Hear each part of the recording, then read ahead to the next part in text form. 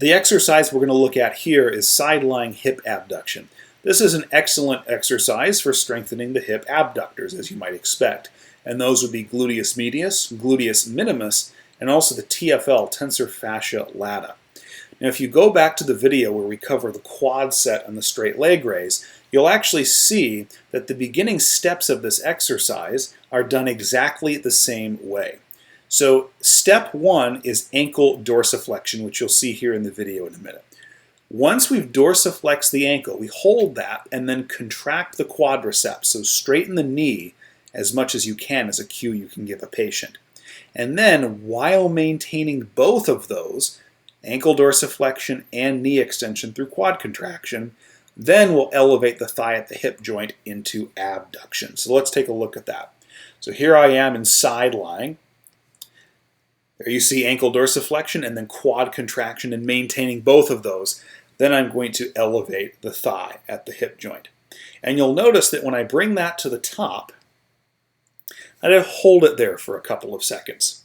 So ankle dorsiflexion, quad contraction, bring that up into hip abduction, hold for 2 to 3 seconds, and then bring it back down. And once I bring that back down, I can relax and reset. I don't have to necessarily hold the dorsiflexion and quad contraction the entire time, although you can. The other thing to notice here is that ankle dorsiflexion and quad contraction are maintained the entire time that hip is in the air.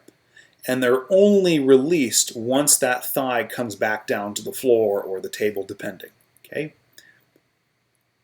Now, the sideline hip abduction shown here I've termed one plane, and that's because I'm only doing the abduction in one plane.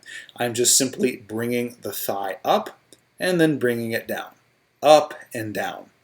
If sideline hip abduction becomes a little too easy, you can progress this to sideline hip abduction in 3 planes. Now, there's really not much difference here, except I'm not just going to be bringing the thigh up and down, I'm also going to bring it forward and then backward and then down. Let's take a look at that. But again, it's the same start. Ankle dorsiflexion, quad contraction, bring that thigh up into abduction, but then I'm going to bring it forward and then let it come down. Bring it back up, bring it to the start position, back down, back up, go into hip extension, back down, back up, and then bring it back to the original position on the table. That would be 1 repetition right there. So if sideline hip abduction in one plane becomes too easy, you can do this, because it's more challenging on the gluteus medius and minimus, and also the TFL, of course, and it's good for promoting hip control.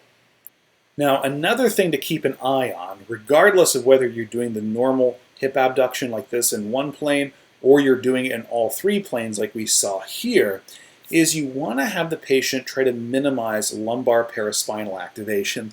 What you'll often see is that when the patient brings the thigh up, you'll see some rotation at the lumbar spine. And you can verify this by simply palpating the lumbar paraspinals and feel them activate when the hip goes into abduction. One way you can minimize this is by having the hips stacked directly on top of one another. Sometimes you'll see this paraspinal activation more if the top hip right here is actually too far forward or sometimes too far back. You want the hips stacked directly on top of one another. When they're stacked directly on top of one another, you minimize that lumbar paraspinal activation when that thigh goes up. Okay?